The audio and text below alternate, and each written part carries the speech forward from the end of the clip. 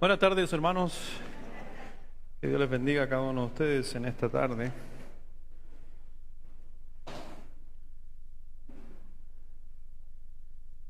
Como decía el hermano Felipe ahí inventando título a la predicación,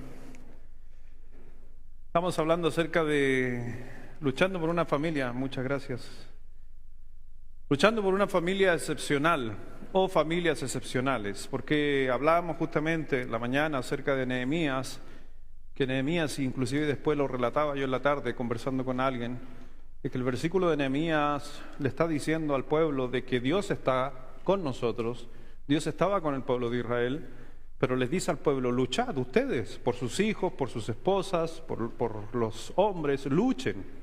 Eso quiere decir justamente de lo que el Señor quiere a nosotros. Dios quiere ayudarnos, pero nosotros tenemos que hacer nuestro esfuerzo.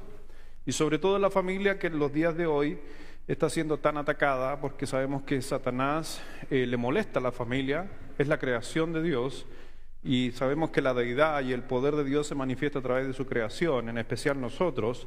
Entonces Satanás va en contra de todo lo que seamos nosotros, las familias, la iglesia y todo realmente que converge en Dios. Pero estuvimos hablando en la mañana acerca de esto. Vamos a hacer un pequeño repaso. Vamos a ver si funciona, porque ¿te tienes que ir o te tienes que quedar? Vamos a ver si funciona esto. Ahí sí funciona. Vaya nomás, con confianza. Ahí se va mi hija, pura monja de la IBB.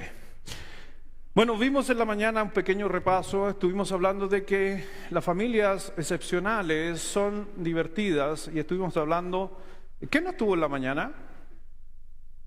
No sé si quedan hojas, de la mañana. Si alguien no tiene la hojita, ahí José Menares va a ayudarnos. Si quedan algunas hojitas, queda una. Bueno, se las vamos a hacer llegar. Si alguien las necesita, avísele a los porteros y se las podemos hacer llegar, o inclusive no sé si mi señora tiene para imprimir. Eso es bueno también. Que falten hojas, ¿sabe qué es bueno? Porque eso hemos ido todas las semanas hemos ido imprimiendo más, y todas las semanas estamos quedando cortos. Eso quiere decir que Dios está obrando. Tuvimos varias visitas hoy día en la mañana, como 10 visitas, damos gracias a Dios. Entonces, por eso están faltando las hojitas, y ahora faltan más. Pero si no, les puedo hacer llegar los apuntes con la respuesta a aquellos o no. No tengo la hoja con la respuesta, pero se las puedo traspasar, o si alguien lo necesita, se las puedo enviar. Pero las familias son divertidas. Hablamos acerca de esto en la mañana, acerca de ser divertido, de jugar, pasar tiempo, de salir, de compartir con la esposa, que es lo que va a marcar la vida más de nuestros hijos. Es justamente eso. Hoy día estamos dedicados mucho al trabajo. El trabajo es todo, pensando, y esa es la naturaleza del hombre y que Satanás ha puesto en nosotros. Aunque yo sé que muchos van a decir: pero pastores, la Biblia dice que el que no trabaja no coma. Pero es que nunca el concepto fue para Dios es que el trabajo se transformara en otro Dios. Sino el trabajo era para suplir las necesidades. Y si usted dice, cuando dice ahí: el que robe no robe más, sino trabaje. ¿Ha leído el texto? El que roba no robe más, sino trabaje para compartirlo con otros. También el trabajo que Dios trajo al ser humano no era para yo llenarme de bienes, sino era para compartirlo con otros. Porque el concepto del trabajo no puede ser más que Dios, ni nuestro tiempo tiene que ser más entregado al trabajo. Así que hablamos acerca de tener familias divertidas, ¿ya? Y el Señor nos recordaba en Eclesiastés 9:9: disfruta o goza con la mujer que amas, o disfruta, como dice el texto ahí en otra versión, la vida con la esposa que amas. También estuvimos hablando de que las familias excepcionales, número 2, si tiene la hojita o no estuvo en la mañana, número 2, fomentan ¿qué cosa? El crecimiento. Tenemos que ayudarnos a crecer los unos a los otros. El Señor nos hizo, vimos la semana pasada, para estar conectados, porque a través de la conexión mejoramos el carácter. A través de la conexión nosotros nos ayudamos, a través de la conexión nosotros protegemos a nuestros hijos. Entonces también las familias excepcionales son las familias que fomentan el crecimiento. Y dentro de este crecimiento mencioné 4 crecimientos. ¿Cuáles eran los 4 crecimientos? ¿Se acuerda? ¿Alguien los puede nombrar?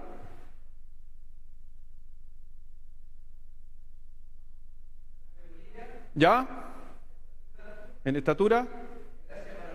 ¿Ya? Y eso graficado en un ambiente, eso es una respuesta a nivel al texto bíblico, pero más normal sería crecimiento intelectual, ¿ya? Crecimiento físico de la salud, crecimiento espiritual para con Dios y crecimiento social para los hombres. ¿Quién creció así? Jesucristo. Y si Jesucristo creció así, imagínense nosotros. Con mayor razón, tenemos que ayudarnos a crecer los unos a los otros. Y dentro de ese crecimiento, ¿qué es una de las cosas que tenemos que ayudarnos a crecer o mejorar en nuestra vida familiar? ¿Se acuerda o no? ¿Cuál era? ¿Letra A? ¿O número 1? Crecer justamente. ¿Qué hacer con los sentimientos? Tenemos que ayudar a crecer con los sentimientos, y ahí hablamos de nuestra familia, de nuestros hijos, de nuestra esposa, de nosotros mismos. Tenemos que ayudarnos a crecer, ¿ya? La palabra unos a otros se repite muchas veces en el Nuevo Testamento, y no es una palabra, por si acaso, que se menciona poco, sino que muchas veces, porque era un concepto, obviamente, de Dios hacia nosotros, que tenemos que estar los unos con los otros, y uno de ellos es crecer el sentimiento. Estamos en una naturaleza donde nos empujan a frenar nuestros sentimientos. En las relaciones de matrimonio frenamos nuestros sentimientos. A veces no me puedo expresar sentimentalmente porque la otra persona se molesta. A veces un niño quiere llorar, pero el papá le dice que no llore porque eso no es de hombre, y cosas por el estilo, frenando los sentimientos. Pero hay que trabajar con los sentimientos, porque los sentimientos tienen que ver con el alma. Y el Señor justamente nos hizo con alma. Somos seres emocionales, somos seres sentimentales que están conectados, obviamente, una vez que siendo salvos, somos conectados con el Espíritu Santo. La segunda cosa que vimos, cómo manejar los conflictos, que eso también es un arte, el arte de la guerra. Cómo discutimos, cómo peleamos, cómo le enseñamos a nuestros hijos a luchar con los conflictos que van a tener en la vida, con otras personas, con la sociedad, cómo los conflictos que vamos a tener como pareja, porque la mayoría de las veces que generamos conflictos, si se acuerda de la historia que les conté del pastor, que algunos son zorrillos y otros son, y por lo regular el zorrillo se casa ¿con quién? Con la tortuga. El zorrillo, cuando se ve amedrentado, dispara, deja la escoba, la hediondez. La tortuga se va para adentro. Y eso no es un manejo de conflicto. Nosotros, y me incluyo, hemos cometido el error de a veces enojarnos y guardar silencio, porque fue lo que aprendimos, lo que vimos de nuestros padres. Y muchas veces nuestros hijos siguen las mismas conductas. También, tercero, vimos que era lidiar con ¿qué? Con las pérdidas, que es sumamente importante, porque nuestros hijos nacen justamente desde el primer momento en su vida en adelante, empiezan con los conflictos de pérdida. Hasta un bebé, no lo mencioné hoy día en la mañana, pero un bebé, ¿por qué llora? Puede que tenga hambre, puede que esté sucio, o puede que sienta la ausencia de la mamá. La mamá se fue a hacer las cosas y el niño tuvo la primera pérdida. Todas esas cosas, se lo vimos, que nuestros hijos tienen que aprender de las pérdidas. Van a perder seres queridos, van a perder a veces oportunidades en un juego, van a veces perder la prueba en la universidad, van a perder el entrar en la universidad, y si nosotros no le hemos enseñado a trabajar en la pérdida cuando están en conflicto, entonces eso va a causar mucho más dolor, porque lo más seguro, todos los que estamos aquí vamos a tener una pérdida. Serena ayer perdió. Tuvimos una pérdida, 2-0.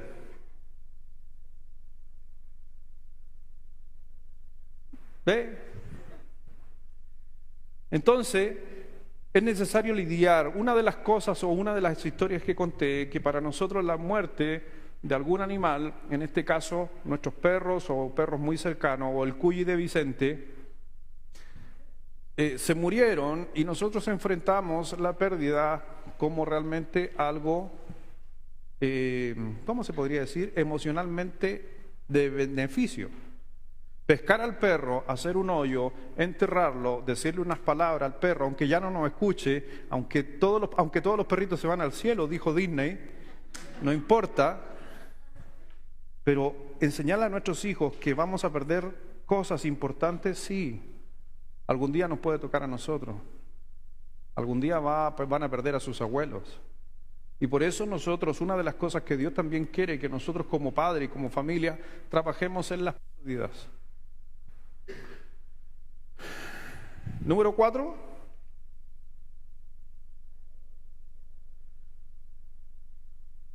Que los valores, ¿cuáles son los valores? ¿Qué valores son los más importantes? Algunos por ahí piensan, algunos estudiosos de la niñez, dice que cada familia debería tener un escudo de armas. ¿Se acuerdan? Antiguamente habían escudos de armas. Y inclusive este escritor, tengo el libro yo, él dice que ojalá cada familia construyera su propia escudo de armas. Sentarse con su familia, sentarse con sus hijos, dibujar en una cartulina entre toda la familia un escudo. Y en ese escudo van a poner símbolos que tienen que ver con los valores principales de tu familia. Porque ese es el sello de la familia. Yo mencioné uno en la mañana de nuestra familia, que es la hospitalidad o el necesitado. Ese es un sello que lo he tratado de transmitir a mis hijos, mi señora igual, de que poder ayudar a las personas, al necesitado, de poder estar, y lo hemos hecho en nuestra vida, estando en hogares, yendo a algún lugar, ayudando en la selva. Eso tiene que ver con eso mismo, ayudar al necesitado, al desvalido. Entonces eso lo he transmitido tanto a mis hijos, y que les decía que mis hijos, uno de sus valores es ese, ayudar a cualquiera. Y yo les decía a ustedes, si ustedes vieran la cantidad de personas que a lo mejor podrían estar viviendo en nuestra casa por el consejo de nuestros hijos, con hermanos de la iglesia, que nos han dicho, pastor, me dicen, papá, llevemos a este hermano, mira, no tiene dónde quedarse, y ¿a dónde lo voy a meter? No, si yo aquí me arreglo. En nuestra casa han vivido personas por mucho tiempo, hay algunos hermanos de nuestra iglesia que han pasado alguna dificultad y han vivido por meses en nuestra casa. Todas estas cosas no me estoy vanagloriando, solamente que les estoy contando lo que hemos hecho, y a veces la congregación no tiene idea de esto y ni se ha enterado de que hemos tenido familias en nuestra casa viviendo con nosotros por meses porque necesitaban ayuda, porque es lo que nuestro valor principal es eso. He tenido jugadores de fútbol viviendo en mi casa que fueron abandonados por su representante, y es parte de la casa. Entonces, eso es un sello, y quizás nuestro escudo, una de las partes fundamentales de nuestro escudo sería justamente el necesitado. Pero es necesario trabajar en los valores, y en especial, como dicen algunos especialistas, en 3 valores más importantes de tu familia que definan tu sello. ¿Cuáles son? No lo sé. Cada familia tiene su sello, cada familia tiene que llegar a esos valores, cosa que los hijos se recuerden constantemente de eso. Porque si no lo haces tú, ¿sabes quién lo va a hacer? El mundo. Y el mundo va a empezar a enseñar sus valores versus los tuyos. Por eso tienes que fortalecer esos valores. Y todo esto es repaso de la mañana. Y número 5, los buenos modales. Son cosas fundamentales que en la familia tenemos que desarrollar. Hoy día vemos, y no es que sea una generación diferente, yo creo que todas las generaciones son especiales, solo de que se han dejado de hacer algunas cosas, como los buenos modales. Hoy día los niños hacen escándalo, los niños no saludan, los niños, tú le dices al jovencito, hola, ¿cómo está? Y te mira y pasa de largo. ¿Y por qué? ¿Acaso los papás no le enseñan a saludar? ¿Entiende? Entran a la sala de clase, no, antiguo, ¿se acuerda cuando entraba la profesora a la sala de clase?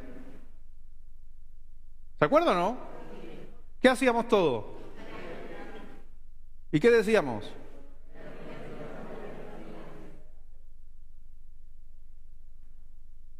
Pregúntele a sus hijos qué hacen ahora. Hable con sus hijos, habla con sus hijos, yo hablo con los míos. Pregúntele qué hacen sus hijos cuando entran a clase y entran a la profesora. Nadie se para. A excepción de algunos colegios que sí se le enseña, pero se le enseña por norma. Pero no es algo que vienen enseñado de la casa, deberíamos enseñarle de la casa. ¿Se acuerda cuando llegaba alguien de visita a nuestra casa? ¿Qué hacían los papás? Llamaban a los niños, vengan, Benjamín, Vicente, Daniel, vengan, saluden al tío, y salías de las piezas. Hoy día llega alguien a tu casa y tú no le dices a ninguno de tus hijos que salga de sus piezas a saludar. Por eso después cuando tus hijos van a entrar a una oficina o van a algún lugar, ni siquiera saludan. Eso hay que cambiarlo. ¿Y saben qué? Lo más triste es que estoy hablando, y lo dije en la mañana, de familias cristianas. No estoy hablando de familias inconversas. Lo más triste son hablando de familias cristianas, que hoy día lamentablemente hay pocos modales muchas veces en la sociedad. Pero queremos diferenciarlo muchas veces del mundo. Y ahí quedamos. Vamos a estar viendo hoy día un poquito más, tomando la segunda parte de esto, que una vez que justamente cumpliendo estos 5 propósitos que vemos ahí, que aprendemos como familia, ya qué hacer con los sentimientos, cómo manejar los conflictos, cómo lidiar con la pérdida y qué valores son los que son más importantes y los buenos modales. Pero ¿cómo lo puedo llevar a cabo esto? Porque una cosa son puntos que son clave, pero ¿cómo lo podemos llevar a cabo? Es lo que vamos a estar hablando en esta noche. Y viendo obviamente otros puntos más que restan para ser familias excepcionales. Vamos a orar para todo lo que vamos a estar haciendo y comenzar esta reunión. Padre, gracias Señor, te damos por este tiempo, Dios, esta noche que nos convocas nuevamente en este lugar. Gracias por permitirnos volver, gracias por estar nuevamente aquí. Hoy algunos que no pudieron estar en la mañana vuelven aquí a la casa del Señor. Que así sea, Señor, en esta hora, el glorificarte, el alabarte después de los cantos, pero también con nuestro ser, con nuestro sentido, con toda nuestra mente puesta en tu palabra. Ayúdanos a aprenderla, a entenderla a través del Espíritu Santo, Dios, que Él es el que nos enseña a guardar todas las cosas. Bendice a cada uno, a los que están siguiendo también las transmisiones, de igual manera a la distancia puedan estar aprendiendo y creciendo en lo que nos dice la santa palabra de Dios y a veces también la experiencia que hemos tenido. Bendice Dios a los niños, nuestros hijos que están en clase, a sus maestros que se han preparado para entregar una buena enseñanza a nuestros hijos. Gracias te damos por todo, bendice a cada uno, bendice si tenemos visitas de igual manera. Gracias por todo, bendice este tiempo en el nombre de Jesús. Amén. Entonces veamos, ahí no sé si están en sus hojas, pero veamos 2 maneras que ayudan a las personas a crecer y 2 maneras que no lo hacen. Vamos al libro de Juan capítulo 13, por favor. Y vamos a ver la primera, porque la primera justamente va a ser mediante el ejemplo. ¿Cómo aprenden nuestros hijos? ¿Cómo una familia se vuelve mejor? ¿Cómo sucede eso? A través del ejemplo. Cuando un niño no ve a su padre actuar de cierta manera, ese niño por lo regular va a estar condicionado a actuar de esa manera. Cuando tú tienes un conflicto, ¿has tenido conflicto con tu esposa? Me imagino, ¿sí o no? ¿Sí? ¿Se han discutido de repente un par de gritos por ahí, un par de peleas o alguna cosa pesada? Sí, lo hemos hecho. ¿Sabe que una de las cosas que son importantes, e inclusive James Dobson dice lo mismo, que cada vez que nosotros solucionemos un conflicto, y si lo queremos llevar a una esfera mucho más profunda, es que arreglemos las paces con nuestros hijos, queda con nuestra esposa, pero en el momento de arreglar las paces sacamos partícipes a nuestros hijos, para que ellos, ese sea el referente.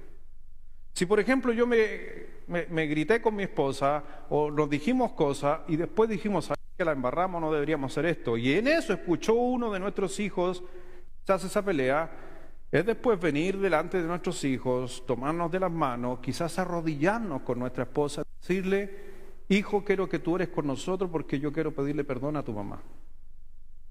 ¿Sabe qué va a hacer el niño en un futuro cuando tenga problemas? Va a ser lo mismo. Va a orar, se va a arrodillar y le va a pedir a Dios que le ayude. ¿Entiende? En todo sentido, cuando tú vienes a la iglesia y tú vienes y hay alabanza y tú estás ahí como momia y todos están cantando y tu hijo está al lado y tu hijo está mirando, ¿sabes qué va a hacer tu hijo cuando sea mayor? Lo mismo, no va a cantar en la iglesia porque papá no lo hacía. Y alguno va a decir, pero es que yo soy desafinado. No importa. ¿Qué es lo que quieres enseñar a tus hijos? Y así sucesivamente. Cada cosa que tú hagas, tienes que justamente ser un ejemplo. Dice ahí en el libro de Juan, capítulo 13, todos juntos, ¿les parece que leamos en esta noche? Juan 13, 14 y 15, todos juntos a la cuenta de 3, 1, 2 y 3.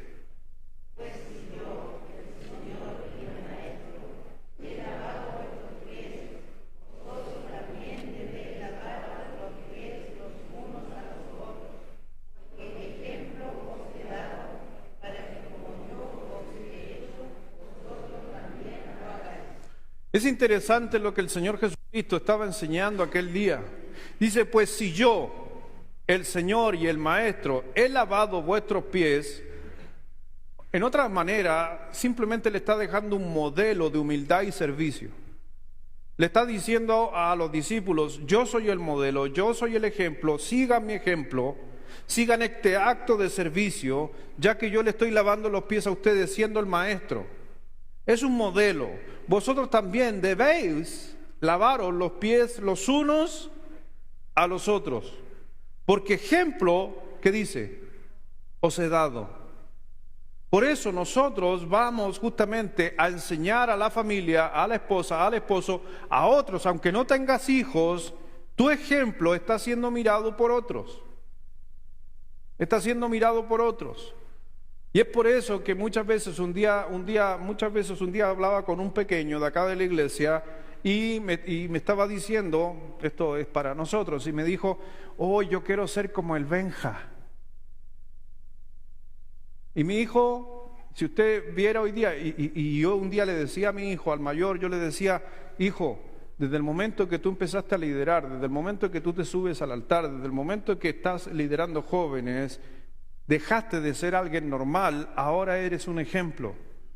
Entonces, hijo, tienes que tener cuidado cómo andas vestido, tienes que tener cuidado cómo te comportas en el patio, tienes que tener cuidado cómo juegas con los jóvenes, porque hay jóvenes que quieren ser como tú.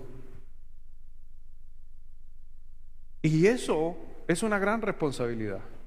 Pero ojo que eso aquí en la iglesia, pero ¿y por qué nos relajamos muchas veces en la casa?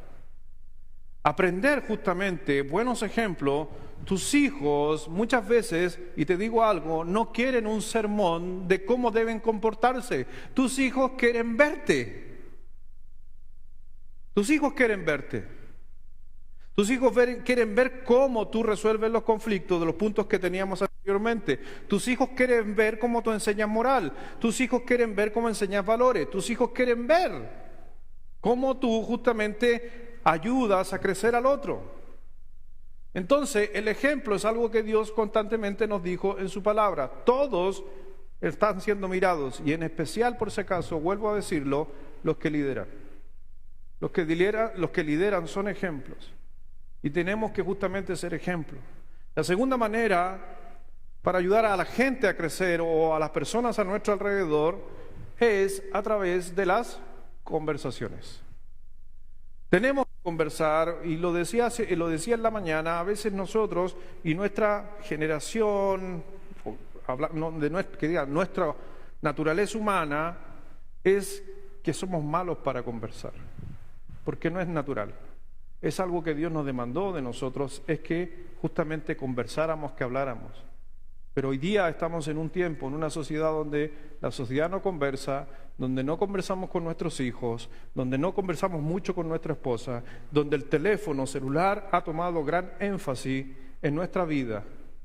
Nos levantamos, mira, decía un pastor un día escuchándolo, ¿qué es lo primero cuando tú te levantas? ¿Qué es lo primero que haces? Y él decía, casi el 90% lo primero que hace medio dormido, estira la mano y pesca el celular y ve los mensajes de WhatsApp. En vez de estirar la mano y tocar a su señora. Decía eso. Y ¿sabes qué? Yo cuando él lo decía, yo decía, sí, en realidad.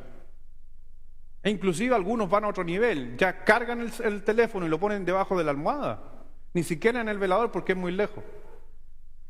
Otros duermen con el celular arriba de la cama, enchufado. Si alguno aquí es solamente coincidencia, nadie me ha contado nada, pero te digo algo, y eso ha quitado las conversaciones. Antiguamente se hablaba de la televisión, ¿se acuerda? No tener televisión en la pieza. Hoy día ya no es televisión, hoy día es celular. Porque todo lo que está en televisión lo podemos adquirir en una tablet, en un computador. Y hoy día, ¿sabes qué? ¿Qué hacen nuestros hijos? ¿Qué hacen nuestros hijos? Una de nuestras reglas en nuestro hogar, y que la más brava en exigir esa regla es mi señora.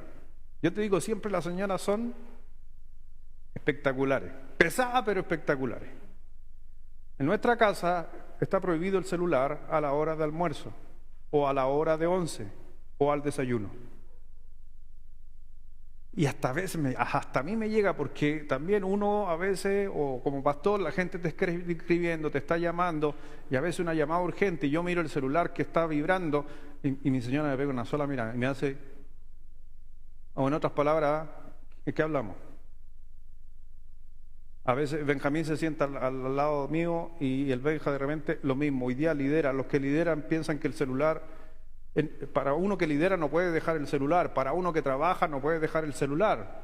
Algunos aquí, no, es que yo soy gerente, no, es que me pueden llamar de la empresa. ¿Y es más importante la empresa que tu familia? Por eso nosotros tenemos que realmente empezar a trabajar a través del ejemplo, las conversaciones. Deuteronomio, capítulo 6, por favor.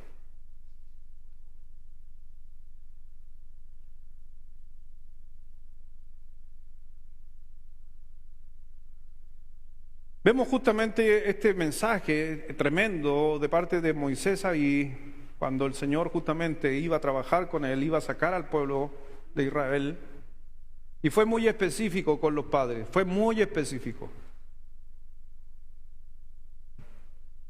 Y quiero desglosar un poquito el versículo, a aquellos que les gusta tomar nota, poner nota ahí, solamente un poquito desglosar, aunque ahí está el versículo.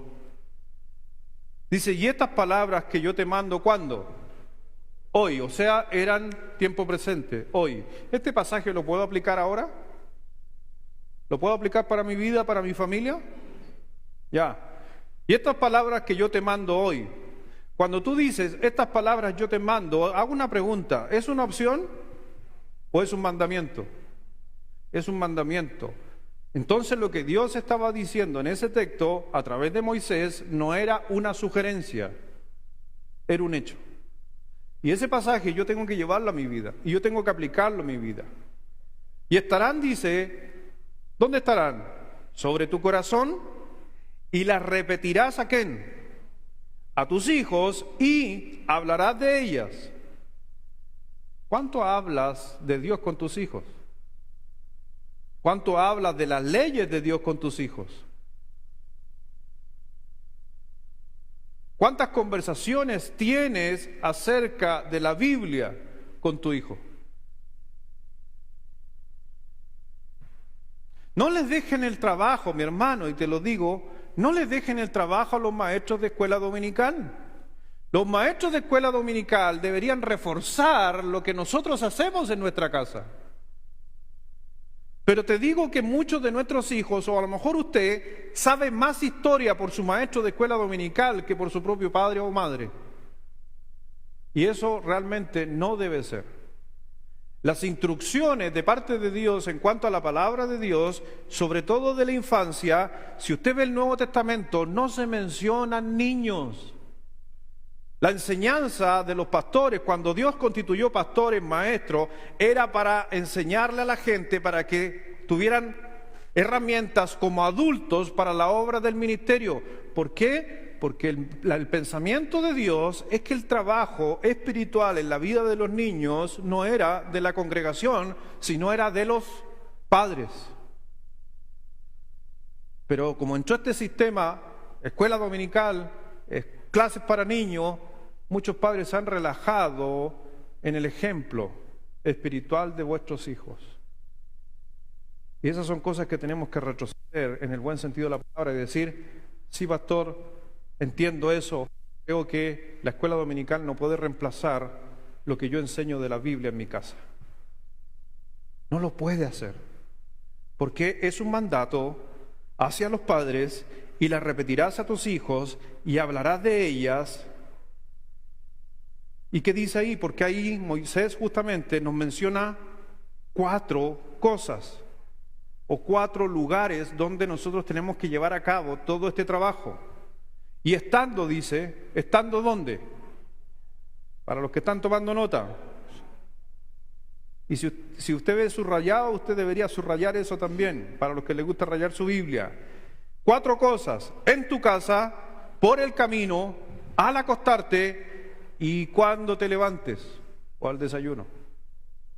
¿Dónde debe estar la palabra de Dios? ¿Dónde deben estar los conceptos de Dios en la vida familiar? En tu casa. ¿Dónde más? En el camino. Cuando voy al camino, a la escuela, a dejar a nuestros hijos, no puedo hablar de la Escritura, no les puedo enseñar una historia, no le puedo preguntar cosas de la Biblia. En el camino, cuando tú vas al trabajo con tu esposa, quizás conversar un tema bíblico. Y no estoy siendo ni canuto, ni evangélico, ni radical con esto. Estoy diciendo simplemente que es un pasaje que Dios trajo a nosotros. No es mío, es un pasaje de parte de Dios. Eso aplica a los que son solteros. ¿Haces eso con tus hermanos, con tus amigos, con tus compañeros, con el que sea?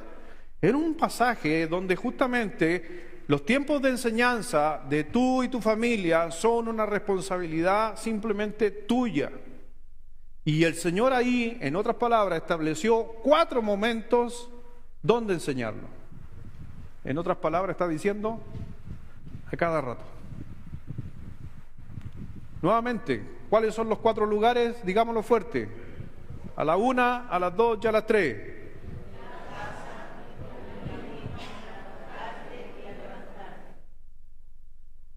¿Cómo andas? ¿Cómo está la familia en ese aspecto? Y me estoy refiriendo con los hijos. ¿Cómo está esto con la esposa o el esposo?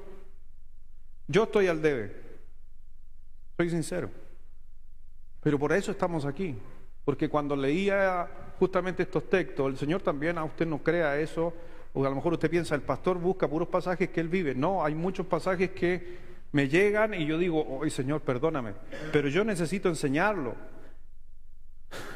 Y para poder enseñar textos como estos, ¿sabe qué? Antes de enseñarlo tengo que tomar una decisión.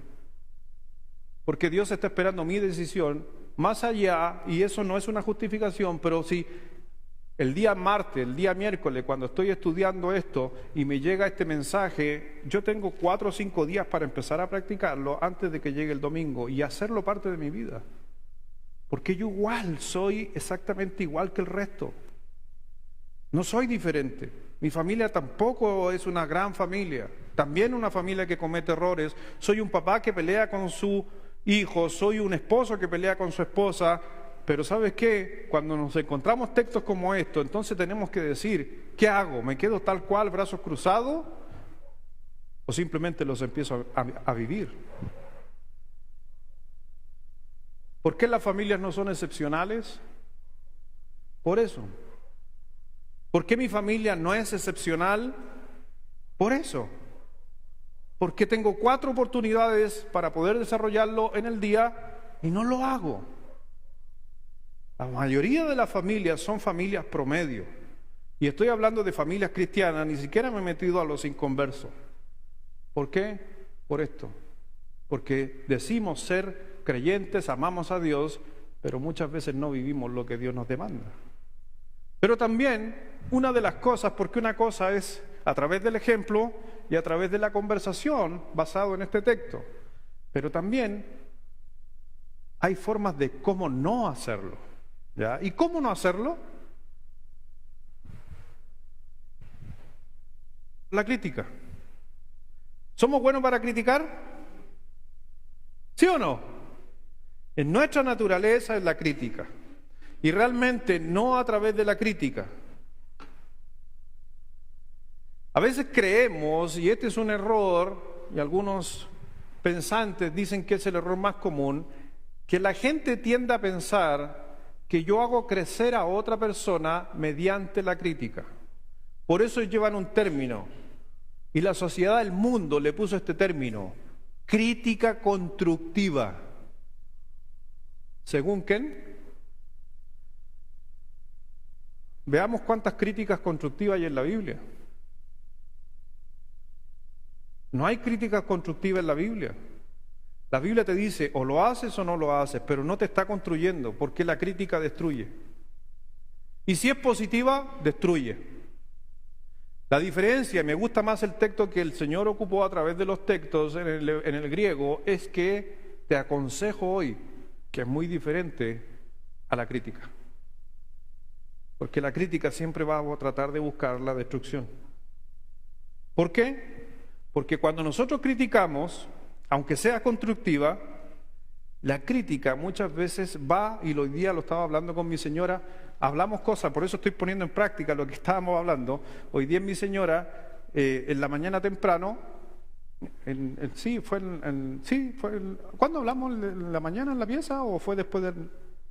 No, en la mañana.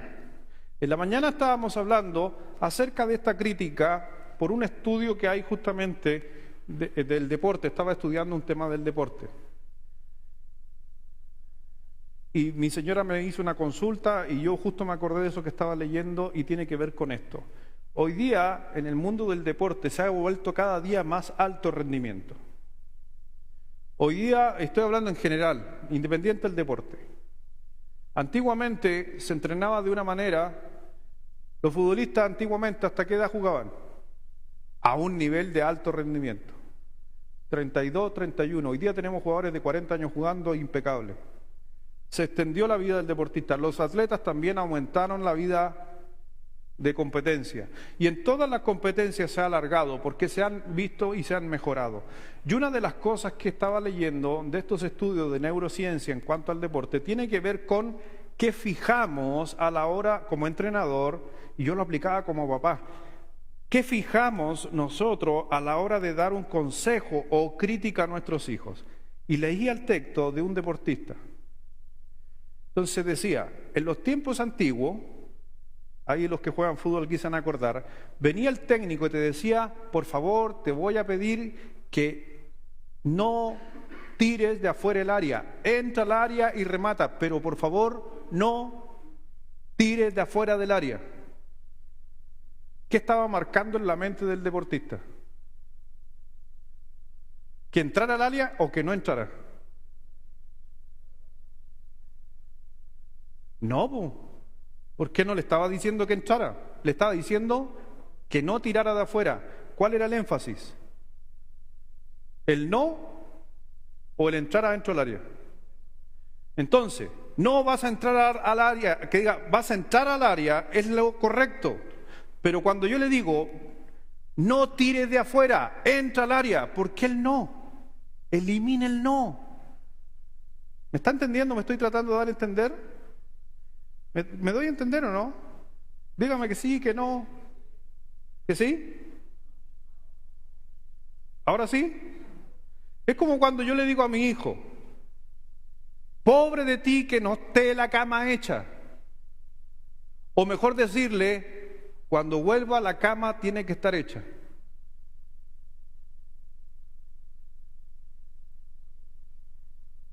Según los estudios, y obviamente la ciencia ha avanzado mucho, ¿qué es mejor?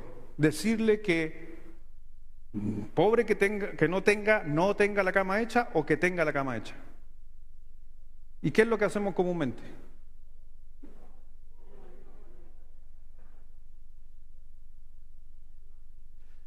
Es que el negativo, el no, cada vez que hay no en la Biblia, inclusive en la Biblia, el énfasis de los no, aunque algunos van a meter con los mandamientos, hay más si haces esto que no hagas esto. Porque inclusive para Dios es más importante que hagamos que no hagamos. Y es una consecuencia a veces. Y nosotros debemos justamente, la crítica por lo regular, la crítica no se enfoca en lo que hay que hacer, sino se enfoca en lo que no hay que hacer.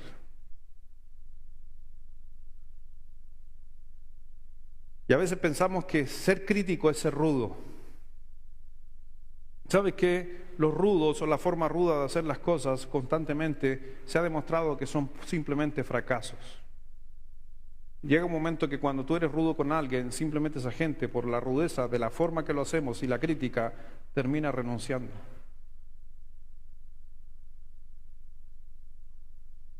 Entonces nosotros, justamente, la crítica por lo regular denigra.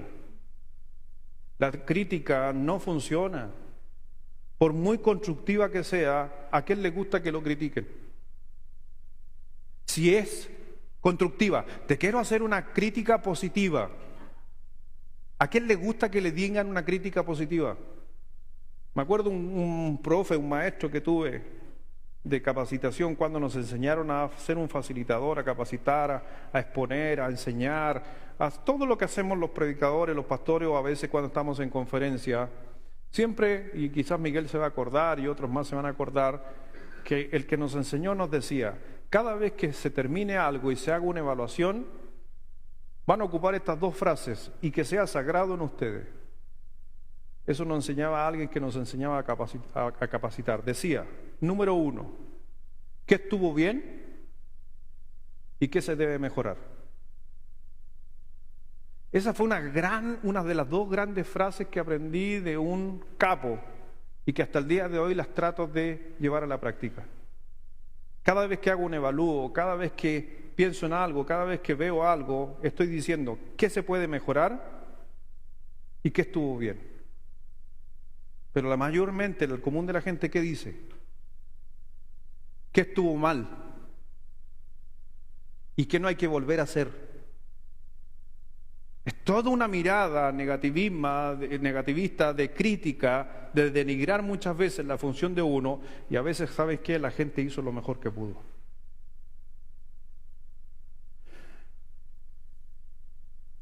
Por lo regular, ¿por qué vamos con la crítica? ¿Por qué criticamos?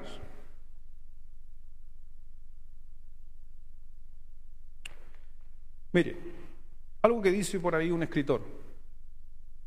Cuando yo critico a alguien, vamos a criticar al Rodrigo, que es de confianza. Es de confianza el Rodrigo, por eso lo ocupo. Cuando yo critico al Rodrigo, ¿lo mejoro? ¿La crítica lo mejora? No, la crítica nunca mejora. Critíquenme todo lo que ustedes quieran. Hermano, critiquen al pastor, no hay problema. ¿Me mejora? ¿Soy mejor pastor? ¿No cometo errores? Critíquenme y van a seguir teniendo el mismo pastor. Critico a Rodrigo, voy a seguir teniendo el mismo Rodrigo, el mismo amigo, el mismo. Pero si yo me acerco a él, nos tomamos del gancho y lo ayudo a caminar juntos en las dificultades y en las cosas que hay que mejorar, ¿va a poder cambiar? Posiblemente sí. Así que saquen esa mente de criticar a nuestros hijos, de criticar a nuestros esposos, de criticar a nuestras esposas, de criticar a los hermanos, porque simplemente no va a funcionar. A través de la crítica no va a funcionar. Efesios, capítulo 6, por favor.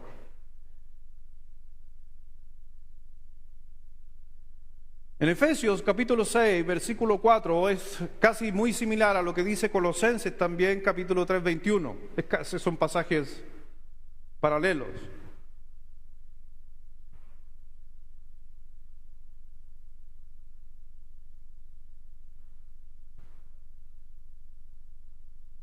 Simplemente ahí, por si acaso, en Efesios 6, versículo 4, el que está mirándolo usted en la pantalla, le dice arriba, ¿qué dice arriba?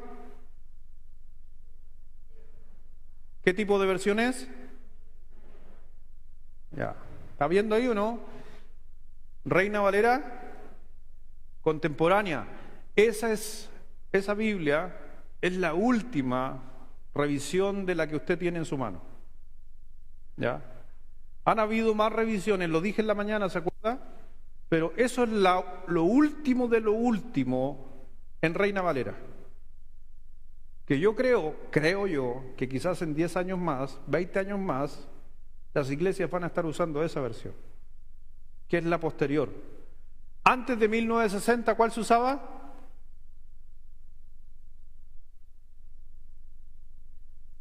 ...1909... Todos tenían Biblias de 1909 antes del 60. Todos. ¿Se acuerda? Y hasta el día ahí todavía hay. Donde dice, y Dios creó los cielos y la tierra, la de 1909 dice, y Dios crió los cielos y la tierra. Y en los textos que dice, y Jesús vino a salvar al mundo, los textos dicen, y Jesús vino a sanar al mundo. 1909 sanar, 1960 salvar. La última es esta. Y por eso la quise poner, mire lo que dice la Reina Valera, pero la última versión de Reina Valera. ¿Qué dice ahí? Ustedes, pues, enfocándose, los padres no exasperen a sus hijos, sino edúquenlos en la disciplina y en la instrucción del Señor. O si ustedes tienen en su Biblia, ¿qué dicen sus Biblias? Todos juntos, a la cuenta de 3, en sus Biblias, a la 1, a las 2 y a las 3.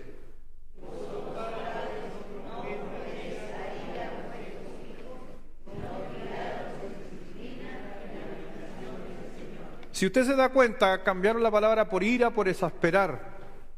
Y la palabra exasperar tiene que ver con lo que Pablo lo dijo en Colosenses. Mire Colosenses 3:21. Porque para que usted entienda, cuando dice no provoquéis a ira a vuestros hijos o no provoquéis a exasperación a vuestros hijos, ¿qué quiere decir eso? Porque me acuerdo un día uno de mis hijos me dijo, estaba enojándose y yo lo estaba molestando a mi hijo y se estuvo enojando y me dice, acuérdate de lo que dice la Biblia, que no tienes que hacerme enojar. Y ahí, bueno, mi hijo estaba haciendo como un mortal ahí sin teología y yo le tuve que decir, hijo, el versículo que ocupaste está totalmente fuera de contexto, porque la palabra exasperar en el contexto del griego quiere decir, es tirar para abajo, es denigrar, es acabar sus sueños. Ese es el texto que quería decir. Y la crítica, ¿qué es lo que hace? Exasperar, o en otras palabras, tirarte para abajo. ¿Qué dice Colosenses capítulo 3, versículo 21? Todos juntos, a la 1, a las 2 y a las 3.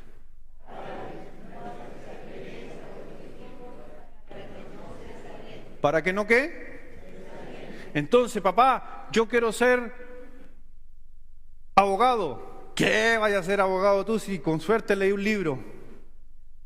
Eso es exasperar a un hijo. Papá, quiero ser pastor. ¿Y de qué vaya a vivir?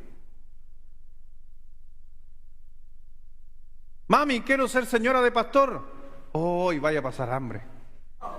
¿Por qué no estudia otra cosa y eres aquí o eres allá? Eso es exasperar, matar los sueños de nuestros hijos. Y algunos decir, pero es que es realidad. Pero es una realidad para algunos y por eso yo creo que Dios llamó a algunos y no a todos. Porque no todos lo soportan o no todos lo van a entender. Pero te digo algo, no me estoy quejando, Dios es bueno. Cuando Dios llama, Dios te llama, Dios te capacita, Dios te provee. Cuando Dios te llama, te capacita y te provee. Cuando Dios me llamó, me capacitó y se ha encargado de proveer. Eso. Y le he dicho a mis hijos, y esto no es que me estoy vanagloriando, le he dicho a mis hijos han viajado más que muchos hijos por diferentes partes de Chile e inclusive mis hijos ya han salido a diferentes países. No soy ingeniero, no tengo gran ingreso, pero Dios, a través de lo que uno hace, lo ha llevado por diferentes lugares. Doy gracias a Dios, siendo pastor, me falta solamente conocer Cuba en Latinoamérica, nada más. ¿Y con qué? No trabajo por turno, no estoy matándome todo el día, predico y enseño la palabra, y Dios me ha llevado recorriendo por diferentes lugares. No me estoy jactando. Mis hijos, con todo regalo, pastor, aquí le traje unos blue jeans para sus hijos, y llegan mis hijos, Levi, ¿cuándo mis hijos con Levi? Todos mis hijos han crecido con Levi, porque viene un hermano y dice, pastor, te quiero bendecir. ¿Me entiendes, no? Porque Dios bendice cuando te llama. Cuando tú le sirves a Dios, Dios se va a encargar de acomodar tu trabajo, Dios se va a encargar de proveerte. A veces nos asustamos. Es que si me dedico a las cosas de Dios, si soy maestro de escuela dominical, si tengo que tocar en la música, ¿y quién me va a ayudar? ¿El chapulín? No, el Señor. Y Dios ha provisto. Mis hijos con las mejores zapatillas. El otro día mis hijos salieron ahí, no voy a decir, pero un amigo vino y trajo una ropa y nos dijo: tome, pastor, revise la ropa, si hay algo que le queda a los niños, que se lo saquen. Y yo dije: ya, gracias, ahí lo vamos a revisar. Y mis hijos ahí: ya, yo primero, no, es que tú primero, no, es que tú soy más guatón, no, es que yo soy más flaco. Y ahí empezaron algunos. Ustedes sáquenlo por conclusión. Y empezaron a sacar, y se empezaron a coger chaquetas, y esto acá, y ese zapato, y se pusieron, y después mis hijos que están por ahí se vistieron, y después, papi, ¿y cómo me queda? Bien. ¿Y viste la chaqueta? Oye, bonita la chaqueta, ¿y qué marca es? Armani. No, le dije yo, papi, la googleé. La googleé, ¿sabes cuánto vale? 6.0. Hermano, nunca yo le voy a comprar una chaqueta Armani a mi hijo. Pero ¿por qué un hermano de buen corazón que ya no la quiere usar, la podría haber vendido? ¿Me entiende? Dios es bueno, Dios provee. Lo que no le gustó a mis hijos, a la tiendita. Un minuto de silencio por la tiendita, por favor. Ya vuelve, va a volver, tranquilo, va a volver. Va a volver. Pero no te olvides de esto. Jóvenes, aquí los que son jovencitos, sirvan a Dios, Dios se va a encargar de proveer. No le tengan miedo a servir, no le tengan miedo a estar aquí en la música, no le tengan miedo a hacer clases, no le tengan miedo a invertir en un campamento. Dios va a proveer. La segunda cosa, atento mami, anote esta, mediante la comparación. Es una de las cosas que nuestra naturaleza, adivine qué es lo que es, comparar. Todos nos han comparado. ¿En el trabajo te han comparado? ¿No? ¿No hay comparación? ¿En tu familia no te han comparado? ¿Tu suegra no te ha comparado?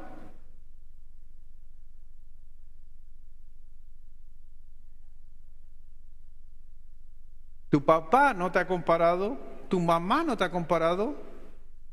¿Saben? El único que no hace comparaciones es Dios. Dios no te compara con nadie. Pero el ser humano quiere andar justamente mediante la comparación. Cuando tú comparas a alguien, lo que estás haciendo y lo que estás reforzando tiene que ver con la crítica, es que estás haciendo más visible lo malo de lo que él hace en respecto al otro. No lo estás haciendo crecer. Cuando tú dices: no, es que mi hijo es más atento, estás reforzando de que el otro no es tan atento. En vez de mejorar y ayudarlo, simplemente tú lo estás marcando. La comparación es malísima. Todos somos diferentes. A veces se juntan las hermanas, las amigas, y le dice: no, es que tu marido no es como el mío. Oye, ay, tu marido no te saca como me saca a mí. Ay, esos son malos comentarios, porque son comparativos. A veces una de las cosas que me cargan es cuando empiezan a comparar a los predicadores. No me gusta, pero la gente lo hace. Y comparan al predicador, y no es que el otro lo hace mejor, es que este aquí, que este allá, no es que me gusta más el del día miércoles, no es que el de acá, es que el otro la hizo cortita, no es que el otro estaba tartamudeando, no es que, oye, inventan cada cosa de los predicadores. La Susi nos podría dar no vamos a decir como dijo ella de unos predicadores hace mucho tiempo atrás, pero ¿sabes qué? Empezamos a comparar a veces. Y yo te digo algo que dijo por ahí, y me tomo de la palabra de Kennedy. Kennedy dijo que cada país se merece el presidente que tiene. Y un predicador muy importante decía lo mismo: las iglesias tienen el pastor que se merece. Y a veces me cuesta entender eso, y uno podría pensar que no, pero es así. Y cuando yo tomé esta iglesia hace años atrás, tuve que pasar por ese periodo de años donde la comparación Era inevitable. Y se escuchaba en los pasillos y uno se hacía el loco. Y hasta el día de hoy a veces escucho esas críticas a la espalda de uno diciendo, no, es que Pastor David lo hacía así. Yo no soy el Pastor David. Y ustedes saben, para los que más me conocen en la interna, el Pastor David, yo lo amo, es el mejor maestro que he tenido. Y constantemente, una vez al mes por lo menos, estamos hablando, conversando, y hasta el día de hoy le pido consejo, me ayuda, porque lo respeto mucho. Es un gran maestro, un capo, y mucho de lo que yo sé es gracias a él. ¿Y sabes qué? Pero inevitablemente hay comparaciones. Tengo un hermano que es pastor. Inevitablemente, adivinen, hay comparaciones. Ya lo viví como hermano en la sangre, imagínense como pastor, ya el colmo. Yo pensé que con eso ya me lo libraba. No es que Pastor José Luis, es que él aquí, es que allá, es que él le toca guitarra, es que él canta, es que hace especial. Un día me dijo, ¿usted no hace especial? ¿Y cómo su hermano? ¿Y qué tiene que ver? Y usted se ríe, pero son las cosas que constantemente estamos escuchando. Pero ¿qué pasa cuando sucede dentro de la familia? Cuando comparamos a los hermanos. No es que él es más ordenado, él es más desordenado. ¿Cómo estás haciendo crecer a eso, a tus hijos? Por eso, no crecemos a través de la comparación. Nunca. En Gálatas capítulo 6, versículo 4,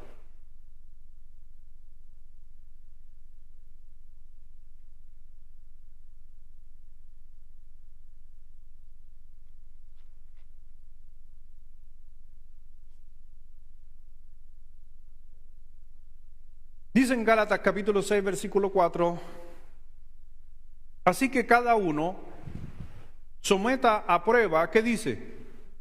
Su propia obra. O sea, es interesante lo que dice Pablo. Yo siempre cuando era jovencito, yo pensé que siempre el orgullo es pecado. Pero a medida que uno madura o crece, uno ve que depende del orgullo. Hay orgullo, entre comillas, orgullo. Porque el apóstol Pablo en ningún momento estamos diciendo de que no puedo decir, pero mira lo que yo estoy haciendo. Pero el apóstol Pablo dijo, pero para decir lo que estás haciendo, primero tienes que hacer un filtro. Y el problema de esos filtros es que en lo que tú eres bueno, otro es malo, y en lo que el otro es bueno, tú eres malo. Posiblemente tú te pongas en una comparación, dije, las comparaciones son malas, pero algunos, si me compara con José Luis posiblemente, académicamente, es mejor que yo. ¿Qué cree usted, mamá? Académicamente, ¿José Luis es mejor que yo? Entonces, ¿José Luis es mejor que yo? Mueva la cabeza así. Y eso no tiene nada de malo. Decir que José Luis tiene mejor pedagogía que yo, sí, porque él se especializó, es profesor, estudió en la universidad y se especializó en eso. Posiblemente tiene mejor pedagogía que yo, pero yo clavo mejor que él y no me va a ganar. ¿Y por qué entonces nos comparan? Nadie clava como yo. Me estoy refiriendo con mi hermano. Con mis otros hermanos, ¿clavo mejor que Alejandro? Mueva la cabeza, por favor. ¿Clavo mejor que Alejandro? ¿Clavo mejor que Yerko? ¿Clavo mejor que el Javi? ¡Ay, madre, le estoy pegando, pero cualquiera puñalada! ¿Sí o no? ¡Sí! ¿Por qué entonces nos comparan si somos diferentes? ¿Los pastores son diferentes? Todos son diferentes, crecimos bajo situaciones diferentes, tenemos formas diferentes, nuestros hijos son diferentes, tengo un montón de hijos que son todos diferentes. Por eso, ¿qué decía el apóstol Pablo? Así que cada uno someta a prueba su propia obra y entonces tendrá motivo de gloriarse solo respecto de sí mismo y no en otro. ¿Qué está diciendo el apóstol Pablo? Cuando te tires la lupa para ver cómo eres, no la pongas con el de al lado, pónela contigo mismo. No ponga la lupa, pone el espejo. Antes de criticar allá o juzgar al de allá, pónete el espejo y analízate. Está siendo muy real el apóstol Pablo ahí, y el apóstol Pablo, posiblemente, mi hermano, él se miró a sí mismo. Yo lo consideraba al apóstol Pablo en un momento, al leer su vida, un hombre sumamente orgulloso, pero lo pude comprender porque él, en su orgullo, era su orgullo basado en que él hacía lo mejor para Dios, lo mejor, pero eso no quiere decir que era perfecto. Entonces, cuando yo, por ejemplo, le voy a poner un ejemplo, hicimos una función de niño aquí, y yo hice lo mejor que pude. Yo podría decirle a mis hijos, ¿sabes qué? Me sacrifiqué, hice lo mejor que pude con esta obra, así que me siento orgulloso. ¿Está mal? ¿Está mal sentirme orgulloso porque di lo mejor de mí para que la actividad con niños funcionara? No. ¿Me entiende el texto que estoy tratando de decir? Que el orgullo depende cómo lo queremos aplicar. Ahora, ¿cuándo es malo el orgullo?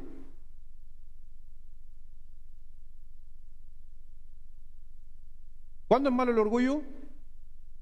Cuando me jacto menoscabando. Hice la mejor obra de teatro de todas las IBB. Eso es ser orgulloso, y ese es un orgullo horrible y pecaminoso. ¿Por qué? Porque me estoy comparando, para decir que me siento orgulloso, me estoy comparando con otras congregaciones que no tienen la misma tecnología, con otras congregaciones que no tienen los mismos niños, con otras congregaciones que su énfasis no son niños, puede que sea otra cosa, y así sucesivamente. Nosotros, por eso, el orgullo bajo una lupa de otro, por eso que estaba diciendo el texto, mire su propia obra para jactarse, no esté mirando la obra de otro. Yo soy mejor que el Lucho, yo soy mejor que el pastor, yo soy mejor que la hermana Carolina. ¿En base a quién? A nosotros.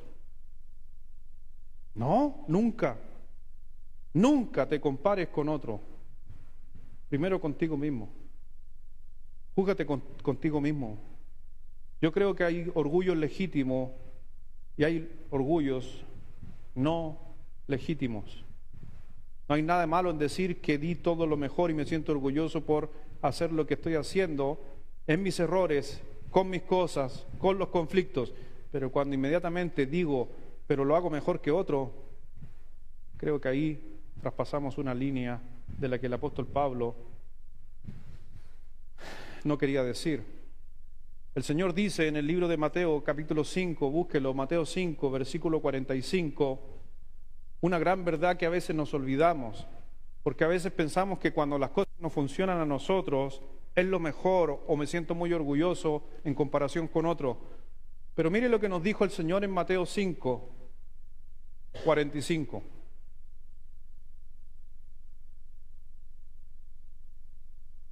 Léalo fuerte, por favor, está en pantalla ahí. Todos juntos, Mateo 5, 45, a la 1, a las 2 y a las 3.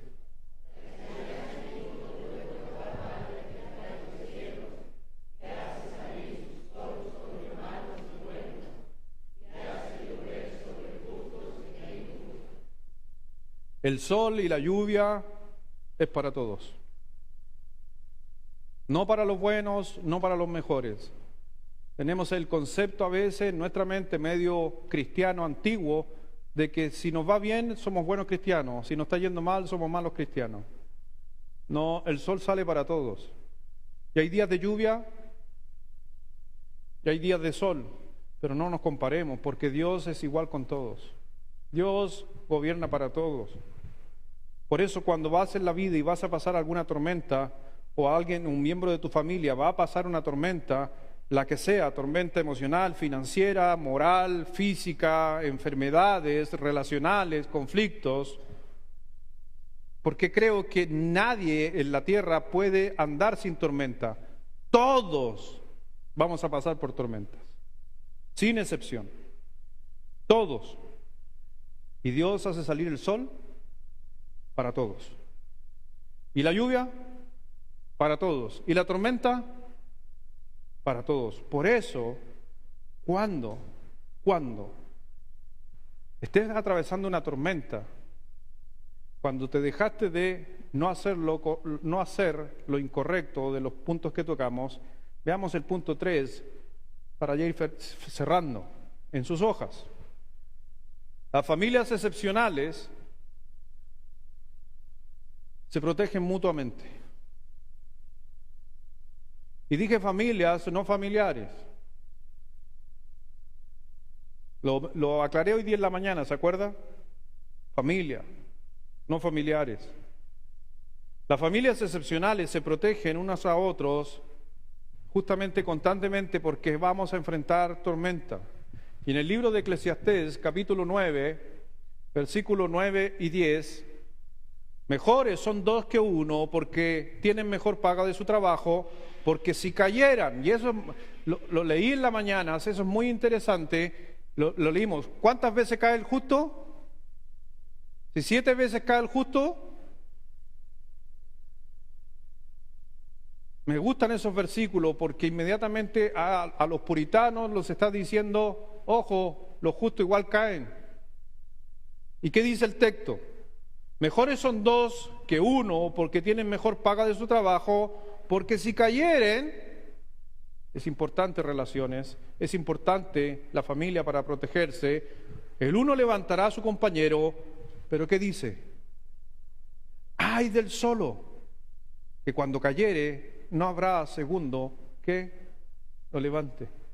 Necesitamos familias excepcionales para ayudarnos a levantarnos. Necesitamos familias excepcionales que levantemos a nuestros hijos cuando están pasando momentos de dificultad. Cuando nuestros hijos están sufriendo, tenemos que, como familia, ayudar justamente a protegerse mutuamente. Muchas veces los niños realmente aman a sus familias porque se sienten que ese es el lugar donde reciben protección. Un niño que no recibe protección va a buscar en otro lugar protección. Y le digo algo, papá, mamá, hay algunos hijos a veces que encuentran la protección aquí en la iglesia. Y no debería ser. Pero sucede. Hay esposas que encuentran su protección aquí en la iglesia con algunas amigas, porque en su casa su marido no las protege. No, la familia fue hecha para protegerse, para ayudarse, pero no en base a la crítica, no en base a la comparación. Los niños realmente saben quién les puede cuidar.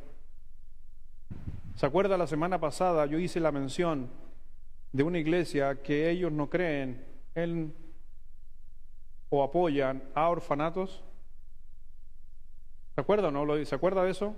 Porque el énfasis es apoyar orfanatos, es apoyar más niños sin protección. Ellos preferían invertir en familias que pudieran recibir niños, pero no en orfanatos. Y yo les mencionaba que me había gustado un poquito esa visión. Porque de nosotros quizás ayudar a un orfanato es mucho más fácil, o porque nos sentimos más sentimental, ayudamos, pero creo que la visión de ese pastor me gustaba mucho porque él decía que a la final no estoy solucionando nada. Necesitamos más padres o más personas que puedan adoptar a esos niños que seguir levantando orfanatos. Porque los niños necesitan un lugar donde sean protegidos, donde tu esposa se proteja, donde tú también, varón, te protejas. A veces ha sucedido, y esto lo doy como ejemplo en mis años de experiencia, a veces me llega a doler el estómago, en serio, y les digo, me llega a doler el estómago a veces en conversaciones con matrimonios donde la esposa habla pero tan mal del esposo. Hay veces que yo he tenido que decirle a la hermana, por favor, no siga, no necesito saber. Pero es que él es un inservible, él es un acá, es un flojo, es un es acá, no cuida a su familia. Crítica tras crítica tras crítica. Pero vaya con sus amigos, allá la pasa y se mete con ellos, porque es el lugar donde se siente protegido. Y viceversa. Pastor, si usted supiera la señora que yo tengo, usted entonces me entendería a mí. Yo le digo, no necesito entenderte. No necesito entender el tipo de mujer. Lo dije en una prédica hace muchos años atrás. ¿Quién le compró la escoba a la bruja? ¿Quién fue? ¿Qué hace que tu señora se vuelva bruja? ¿Quién fue? ¿O la conociste bruja? Varón, Ángel, ¿la conociste bruja o no? No, po. ¿Y ahora? ¿Y por qué la mira? Porque si no te va a dar con la escoba. No, no es bruja. Pero sí, gran culpa de que nuestros esposos sean malos hombres o muchas veces que las esposas sean malas mujeres es uno mismo. Por el trato, por a veces los denigramos. Lo decía hoy día con alguien, yo le decía, cuando nos casamos nos sentimos a veces hasta con el derecho sobre la otra persona. Qué horrible. Cuando la Biblia dice que ya no son más dos, son uno. Cuando tú maltratas a tu esposa, te maltratas a ti mismo. Cuando tú denigras a tu esposa, no proteges a tu esposa, no te estás protegiendo a ti mismo.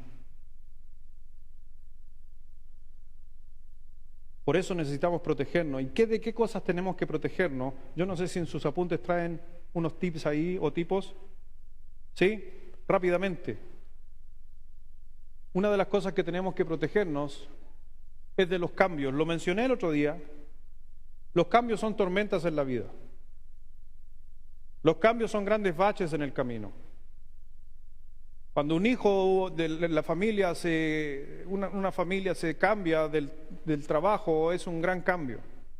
Cuando tu hijo se cambia de colegio, es un gran cambio. Cuando tú quedas sin trabajo, es un gran cambio. Cuando tu señora queda embarazada, es un gran cambio. Por eso hay que tener cuidado justamente de los cambios. Lo mencioné la semana pasada, es solamente recordar. También muchas veces de las cosas que tenemos que tener cuidado son de las ideas dañinas que el mundo está poniendo. Hoy día lo decía en la mañana, la televisión programa nuestras mentes, la música programa a nuestros hijos, los juegos programan a nuestros hijos.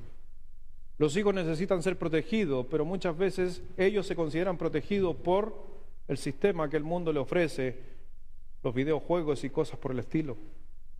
Los padres protegen a sus hijos de las cosas dañinas. El otro día estaba mirando de que, esto lo miré nomás, estaba mirando un estudio, la papa frita produce cáncer si se come en exceso. ¿Le gusta la papa frita? Ya, es rica la papa frita. No sé por qué todo lo que es pecado es rico. Pero la papa frita produce cáncer. Pero si a esa papa frita se le echa ketchup, se va 1-8. Si una posibilidad de tener cáncer con papa frita era 1, pero si le echas ketchup arriba de la papa frita, pasa a 8. Y yo digo, a mis hijos les encanta el ketchup. Y yo pensaba en esto. Y yo como papá no estoy llamado a proteger a mis hijos. Entonces ahora estoy pensando, vamos a eliminar de la lista el ketchup. Y en el negocio allá atrás, adivine que va a ir a comer más rato cuando salga. Ketchup. Una de las cosas también que tenemos que cuidarnos, necesitamos proteger a nuestros niños, es acerca de el rechazo. El rechazo es complicado. Las familias excepcionales protegen a sus hijos de estas tormentas del rechazo. Ahora hay que enfrentar el rechazo. Cada uno va a pasar por momentos difíciles. Cuando tu hijo sea rechazado, y he tenido la oportunidad y realmente muy penoso a veces ver donde jóvenes se han suicidado producto de un rechazo.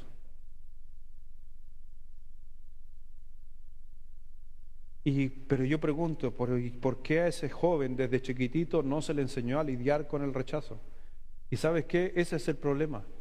No estoy culpando a los padres, solamente que estoy diciendo que a veces a esos niños no se les enseñó a lidiar con el rechazo.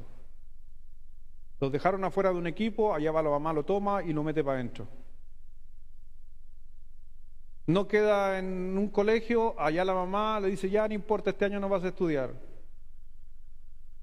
En vez de enfrentar el rechazo, sí, fue una opción, fue esto sucedió, te rechazaron, no vas a poder entrar, el otro año prepárate mejor y enfrentar el rechazo. Por eso después cuando a nuestros hijos le dicen que no, entran en crisis. Ahora, los adultos aquí, hay algunos hermanos que van avanzados en edad. Una de las grandes quejas de los adultos, ¿sabes qué? Es que se sienten rechazados.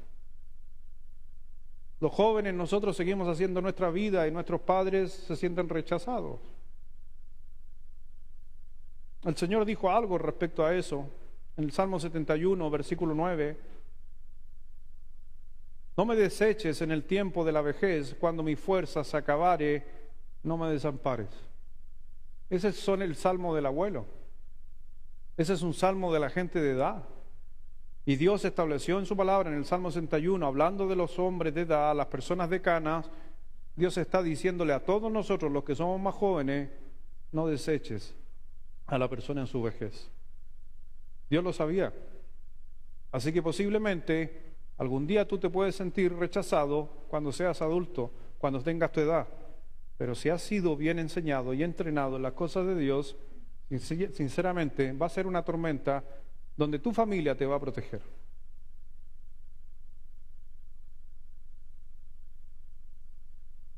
Número 4, una familia excepcional sirve a Dios y a los demás. Una familia excepcional es eso. Una familia excepcional es una familia que sirve a Dios y a los demás.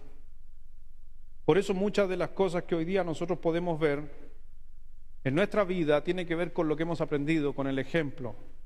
Por eso debemos, dice el libro de Hebreos capítulo 10, versículo 24, y considerémonos unos a otros para estimularnos en el amor y las buenas obras.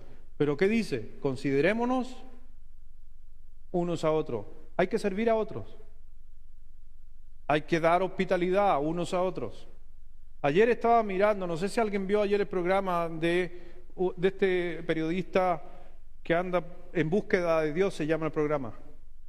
¿Lo ha visto, no? Y pasa por diferentes partes del mundo con las creencias. Y ayer justamente estaban celebrando los musulmanes una de sus peregrinaciones a uno de sus líderes de hace años atrás. No me acuerdo el nombre de él, pero ¿sabe qué me llamó la atención? Es que el peregrinaje lo hacen, por un ejemplo, lo hacen aquí en La Serena. Y la gente viene de diferentes partes de Irak a La Serena. ¿Sabe qué me llamó la atención? Lo más grande es que todos los que venían, no interesa de dónde vinieran, la gente de la ciudad los hacía dormir en sus casas, les pasaba calcetines, ropa interior, jabón y champú para que se bañaran en su casa.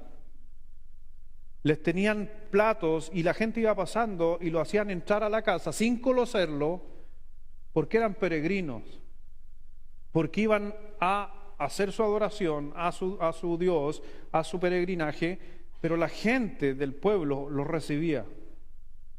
Y yo decía, y después nosotros decimos, los musulmanes, que esto aquí, que allá, que son aquí. Yo decía, tienen mejor hospitalidad que los mismos cristianos. Es tremendo. No sé si alguien lo vio anoche eso. ¿Alguien aquí lo vio? ¿No vio ese programa? Fui el único que estaba viendo ese programa. Junto a mi esposa, abrazado a ella, mirando el programa. Eso, y me llamó la atención. Y le armaron una cama al periodista, le dijeron siéntese, y la gente venía, la gente preparaba comida en bol, salía a la calle, iban pasando la gente, le decía venga a almorzar, a almorzar. ¿Sabe cuánta gente era? ¿Sabe cuánta gente recibía esa fiesta? ¿Y que el pueblo lo alimentaba? 200.000 personas por una semana. ¿Te imaginas una semana teniendo a alguien que no conoces en tu casa? Y lo digo porque eso tiene que ver con considerarnos. Como diría por ahí alguien con mucho respeto, a veces hacemos una conferencia, vienen pastores y no tenemos dónde alojarnos porque nadie los quiere alojar.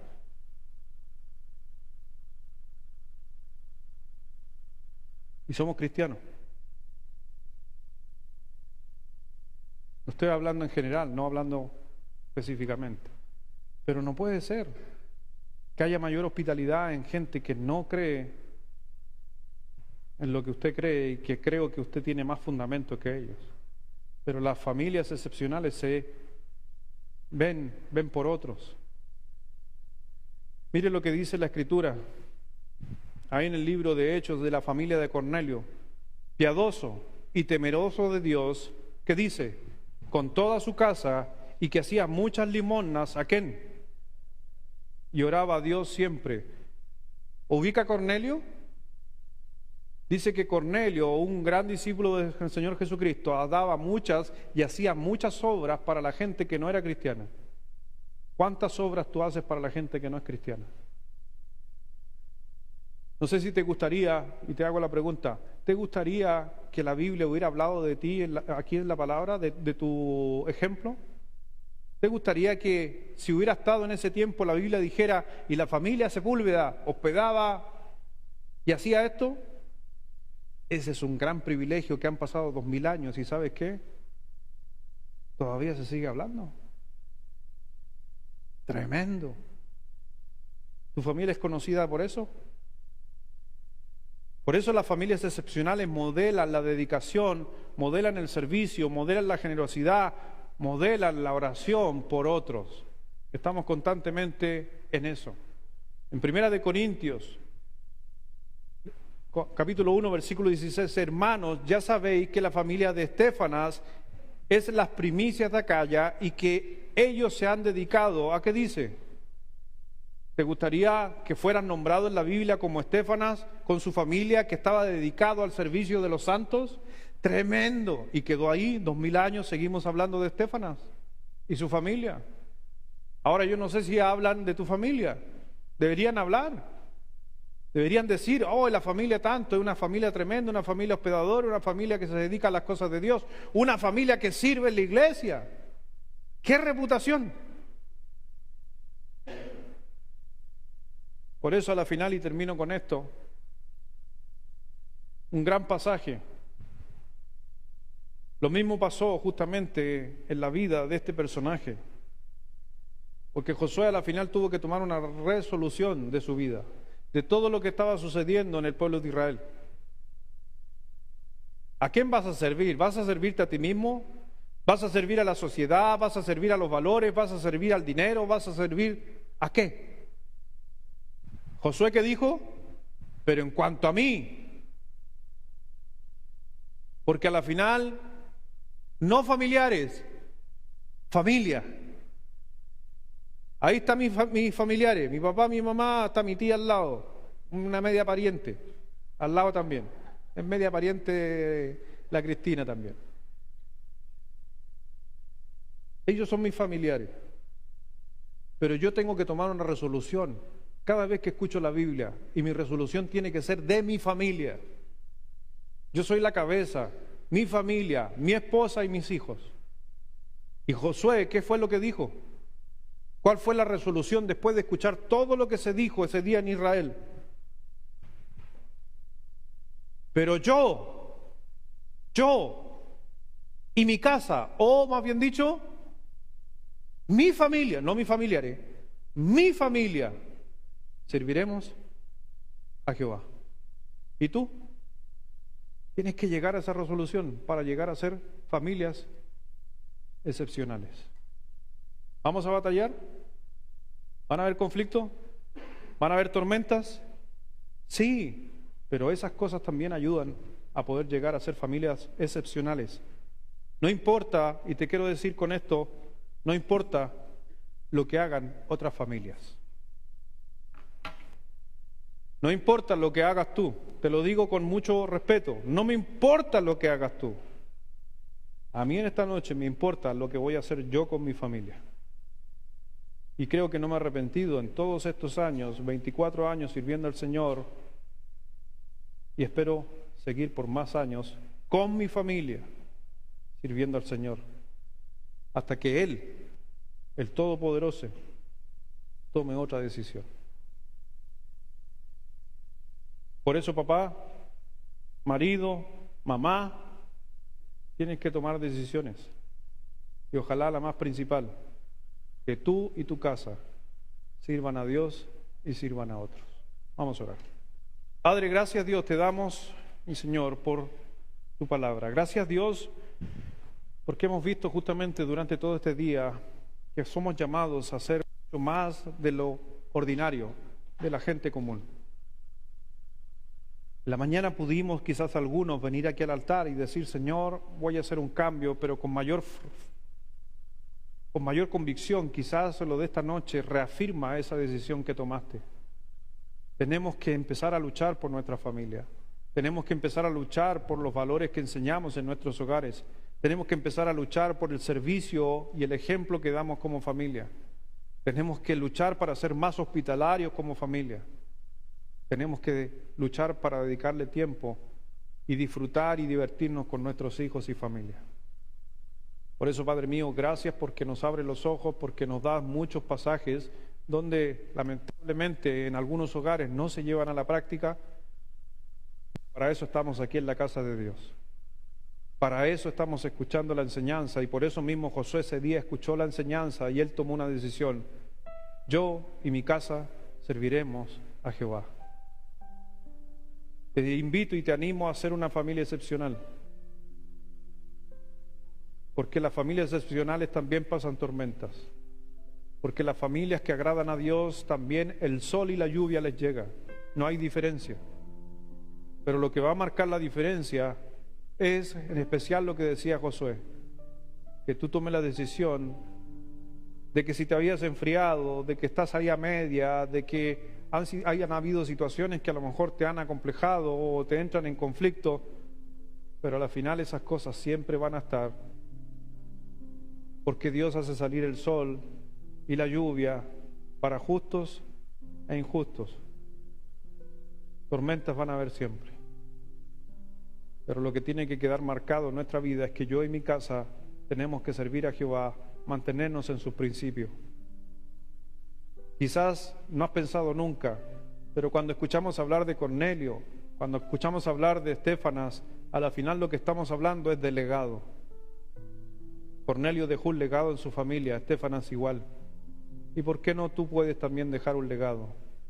Que tu familia, tus hijos, tus nietos, tus bisnietos puedan hablar del legado que sus seres queridos dejaron. El legado del servicio y amor a Dios y amor a su palabra. Bendice Dios esta noche a cada uno de mis hermanos, y en especial bendice a aquel papá, a aquel mamá que van a hacer todo el esfuerzo esta semana de poner en práctica lo escuchado, porque sé, Dios, que el mundo se va a oponer y las circunstancias de la vida y las cosas que estamos haciendo quieren jugarnos en contra.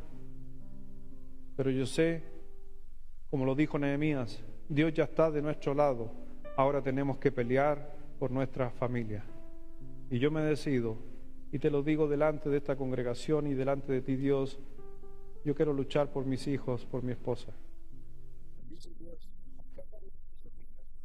Aquellos que están tomando una decisión para cambiar sus vidas.